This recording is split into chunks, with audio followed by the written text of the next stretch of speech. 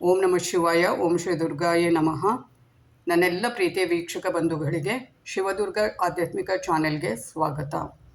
ಈ ಚಾನೆಲನ್ನು ನೀವು ಶುರುವಾಗಿ ನೋಡ್ತಾ ಇದ್ದರೆ ಏನು ಮಾಡಬೇಕು, ಆದಷ್ಟು ಸಬ್ಸ್ಕ್ರೈಬ್ ಮಾಡೋದನ್ನು ಮರೆಯಬೇಡಿ. ಹಾಗೆಯೇ ಕಮೆಂಟ್ ಬಾಕ್ಸಲ್ಲಿ ಓಂ ನಮಃ ಶಿವಾಯ ಬರುವುದನ್ನು ಮರೆಯಬೇಡಿ. ಹಾಗೆಯೇ ಲೈಕ್ ಮಾಡಿ, ಶೇರ್ ಮಾಡಿ. ಹಾಗೆಯೇ ಶಿವದೇವರ ಮತ್ತು ದುರ್ಗಾ ಮಾತೆಯ ಆಶೀರ್ವಾದ ನಿಮ್ಮ ಮೇಲೆ ಸದಾ ಇರಲಿ ಅಂತ ನಾನು ಆಶಿಸ್ತೇನೆ.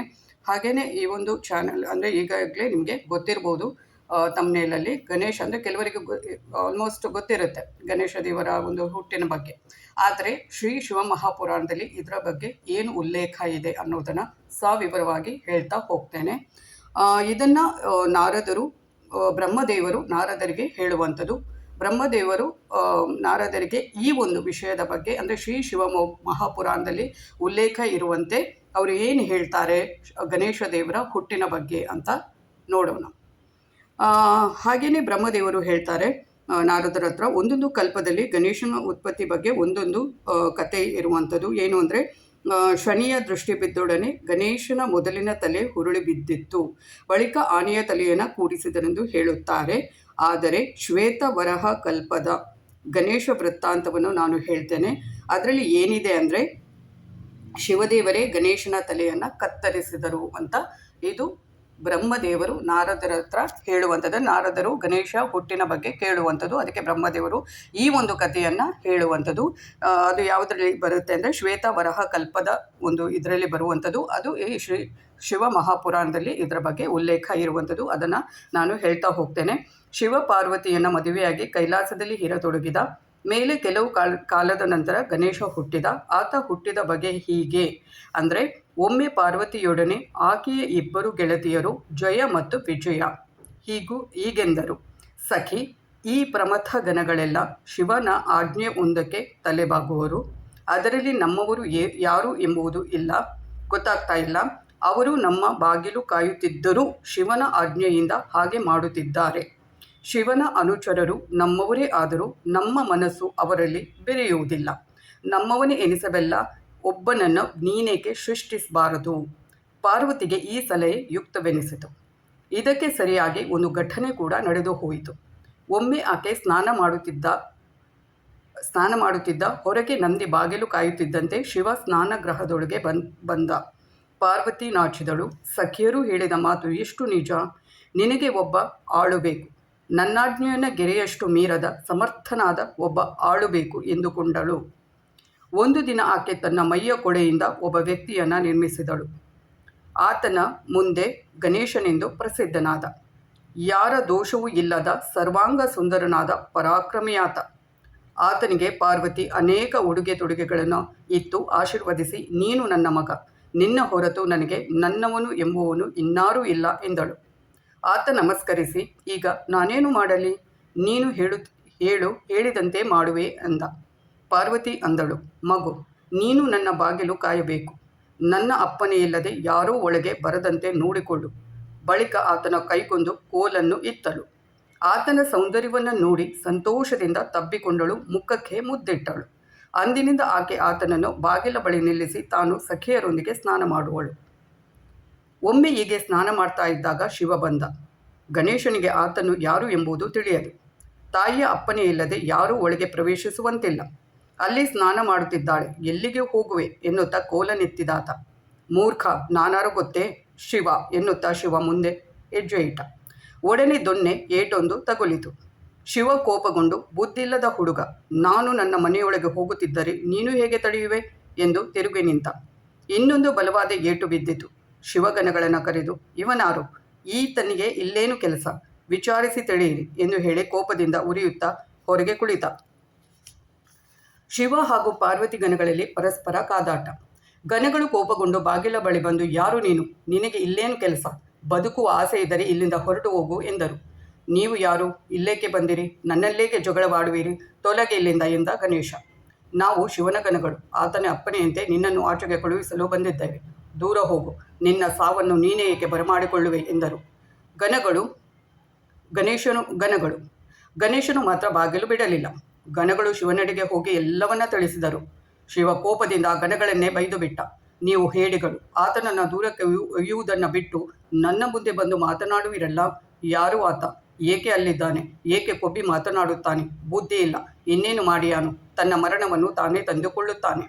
ಗರೆಗಳು ತಿರುಗಿ ಗಣೇಶನ ಬಳಿಗೆ ಬಂದು, ಮೂರ್ಖ, ನಮ್ಮನ್ನು ಲಕ್ಷಿಸಿ ಬದುಕಬೇಕೆಂದಿರುವೆಯಾ?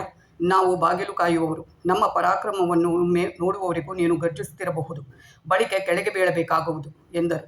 ಗಣೇಶ ಕೋಪದಿಂದ ಅವರನ್ನು ಹೊಡೆದು, ತೊಲಗೆ ಇಲ್ಲಿಂದ, ಇಲ್ಲದಿದ್ದರೆ ನನ್ನ ಪರಾಕ್ರಮ ಏನು ಎಂಬುದನ್ನು ತೋರಿಸುವೆ, ಆಗ ನಿಮ್ಮ ಸ್ಥಿತಿ ನಗೆಪಾಟಲು ಆದೀತು ಎಂದ. ಗಣಗಳು ಪರಸ್ಪರ ಮಾತಾಡಿಕೊಂಡರು. ಹೀಗೇನು ಮಾಡೋಣ? ನಾವು ನಮ್ಮವರನ್ನು ಗೇಲಿ ಮಾಡಿದ ನಾವು ನಮ್ಮ ಮರ್ಯಾದೆಯನ್ನು ಉಳಿಸಿಕೊಳ್ಬೇಕು. ಎಲ್ಲರೂ ತಿರುಗಿ ಶಿವನ ಬಳಿಗೆ ಹೋದರು. ಶಿವ ಅವರನ್ನು ಗೇಲಿ ಮಾಡಿದ. ನೀವು ನಿಜವಾಗಿಯೂ ನಪುಂಸಕರು, ವೀರನೆಂದು ಹೇಳಿಕೊಳ್ಳುತ್ತೀರಿ. ಆತ ನಿಮ್ಮನ್ನು ಗದರಿದರೆ ಅದನ್ನು ನನ್ನ ಮುಂದೆ ಹೇಳಬೇಕೇ? ಹೋಗಿರಿ, ನಿಮ್ಮಲ್ಲಿ ಯಾರಾದರೂ ವೀರರಿದ್ದರೆ ಆತನನ್ನು ಒಡೆದು ಉರುಳಿಸಿ. ಗಣಗಳು ತಿರುಗಿ ಗಣೇಶನ ಬಳಿಗೆ ಬಂದು, ಎಲ್ಲಿಂದ ದೂರ ಹೊರಟು ಹೋಗು, ಇಲ್ಲದಿದ್ದರೆ ನಿನಗೆ ಸಾವು ತಪ್ಪದು ಎಂದರು. ಏನು ಮಾಡಲಿ ಎಂದು ಯೋಚನೆಗೊಳಗಾದ ಗಣೇಶ ಅಷ್ಟರಲ್ಲಿ ಹೊರಗೆ ಗಲಭೆಯಾಗುತ್ತಿದ್ದನ್ನು ಕೇಳಿ ಪಾರ್ವತಿ, ಅದೇನು ನೋಡಿ ಬಾ ಎಂದು ಸಖಿಯನ್ನು ಕಳುಹಿಸಿದಳು. ಆಕೆ ಬಂದು ನೋಡಿ ಕ್ಷಣಮಾತ್ರದಲ್ಲಿ ಎಲ್ಲವನ್ನ ತಿಳಿದುಕೊಂಡಳು. ಸಂತೋಷದಿಂದ ಪಾರ್ವತಿಯ ಬಳಿಗೂಡಿ, ಸಖಿ, ನಮ್ಮ ಗಣೇಶನ ಬಳಿ ಬಾ, ಶಿವನ ಗಣಗಳು ಬಂದು ಜಗಳ ಮಾಡುತ್ತಿದ್ದಾರೆ. ಆ ಗಣಗಳಾಗಲಿ ಶಿವನೇ ಆಗಲಿ ಬಲಾತ್ಕಾರದಿಂದ ಒಳಗೆ ಬರುವುದು ಸರಿಯೇ? ಗಣೇಶನು ಮಾಡುತ್ತಿರುವುದೇ ಸರಿ.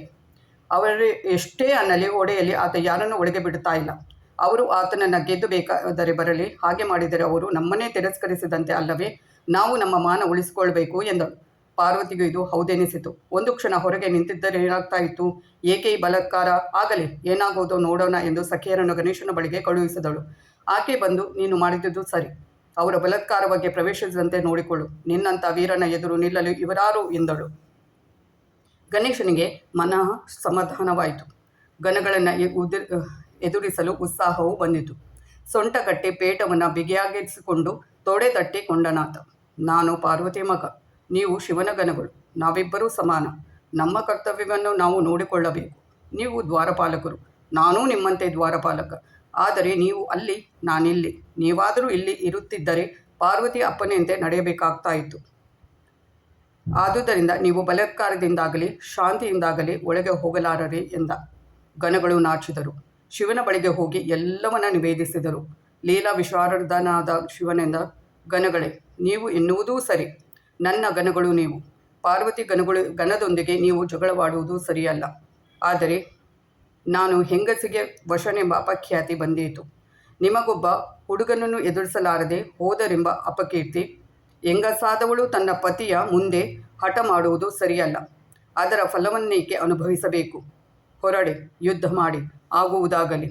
ಈ ಥರ ಯುದ್ಧ ಆಗುತ್ತೆ ಶಿವದೇವರ ಗಣಗಳಿಗೆ ಮತ್ತು ಪಾರ್ವತಿ ಅಮ್ಮನ ಗಣೇಶ ದೇವರಿಗೆ, ಅಂದರೆ ಅವರು ಸೃಷ್ಟಿ ಮಾಡಿದಂಥ ಆ ಮಗನ ಸಮಾನ ಅಂತ ಗಣೇಶ ದೇವರಿಗೆ ಇಬ್ಬರಿಗೂ ಜಗಳವಾಗುತ್ತೆ. ಅದರಲ್ಲಿ ಆಮೇಲೆ ಶಿವದೇವರು ಒಂದು ಗಣೇಶ ದೇವರ ತಲೆಯನ್ನು ಕಡಿತಾರೆ. ಆಮೇಲೆ ಉತ್ತರ ದಿಕ್ಕಿಗೆ ಆಮೇಲೆ ಪಾರ್ವತಿ ಅಮ್ಮ ಗೋಳು ಅಂತ ಅಳ್ತಾರೆ. ಅದನ್ನು ನೋಡಿ ಏನು ಮಾಡ್ತಾರೆ ಅವರು, ಪಾರ್ವತಿ ಅಮ್ಮ ಹೇಳ್ತಾರೆ ಶಿವಂತ, ನನಗೆ ನನ್ನ ಮಗ ಬೇಕೇ ಬೇಕು, ಅವನನ್ನು ಬದುಕುಳಿಸಿ ಅಂತ ಹೇಳುವಾಗ ಅವರು ಆಮೇಲೆ ಅವರ ಗಣಗಳನ್ನು ಕಳುಹಿಸಿ ಉತ್ತರ ದಿಕ್ಕಿಗೆ ಮುಖ ಮಾಡಿ, ಯಾವುದೇ ಒಂದು ಪ್ರಾಣಿ ಆಗಲಿ ಏನೇ ಆಗಲಿ ನಿದ್ರೆ ಮಾಡ್ತಾ ಇದ್ದರೆ ಅದರ ತಲೆಯನ್ನು ಕಡಿದು ತನ್ನಿ ಅಂತ ಹೇಳ್ತಾರೆ. ಆಮೇಲೆ ಕಡಿದು ತರುವಂಥದ್ದು ಮತ್ತು ಅದನ್ನು ಗಣೇಶ ದೇವರಿಗೆ ಹಾಕುವಂಥದ್ದು. ಆಮೇಲೆ ಅವರು ಕೂಡ ಮಗನನ್ನು ತುಂಬ ಪ್ರೀತಿಯಿಂದ ಅಪ್ಕೊಳ್ಳುವಂಥದ್ದು ಎಲ್ಲ ಇರುವಂಥದ್ದು. ಇದು ಶ್ರೀ ಶಿವ ಮಹಾಪುರಾಣದಲ್ಲಿ ನಾನು ಏನು ಕತೆ ಓದಿದೆ ಅದು ಇರುವಂಥದ್ದು. ಅದರಲ್ಲಿ ಕೂಡ ಅದು ಬ್ರಹ್ಮದೇವರು ನಾರದರಿಗೆ ಹೇಳುವಂಥದ್ದು. ಅಂದರೆ ಏನು ನಾನು ಈಗಾಗಲೇ ಹೇಳಿರುವಂಥದ್ದು ಶ್ವೇತ ವರಹ ಕಲ್ಪದ ಗಣೇಶ ವೃತ್ತಾಂತ, ಅಂದರೆ ಶ್ವೇತ ವರಹ ಕಲ್ಪದಲ್ಲಿ ಇರುವ ಗಣೇಶ ವೃತ್ತಾಂತವನ್ನು ಸ್ವತಃ ಬ್ರಹ್ಮದೇವರು ನಾರದರಿಗೆ ಹೇಳುವಂಥದ್ದು. ಅಂದರೆ ನಾರದರು ಮೊದಲಾಗಿ ಕುಮಾರನ, ಅಂದರೆ ಸುಬ್ರಹ್ಮಣ್ಯ ದೇವರ ಒಂದು ಕಥೆಯ ವೃತ್ತಾಂತವನ್ನು ಹೇಳುವಂಥದ್ದು ಹುಟ್ಟಿನ ಬಗ್ಗೆ. ಆನಂತರ ಅವರು ನಾರದರು ಬ್ರಹ್ಮದೇವರ ಹತ್ರ ಗಣೇಶನ ಹುಟ್ಟಿನ ವೃತ್ತಾಂತವನ್ನು ಹೇಳಿ ಅಂತ ಹೇಳುವಾಗ ಇದನ್ನು ಹೇಳುವಂಥದ್ದು.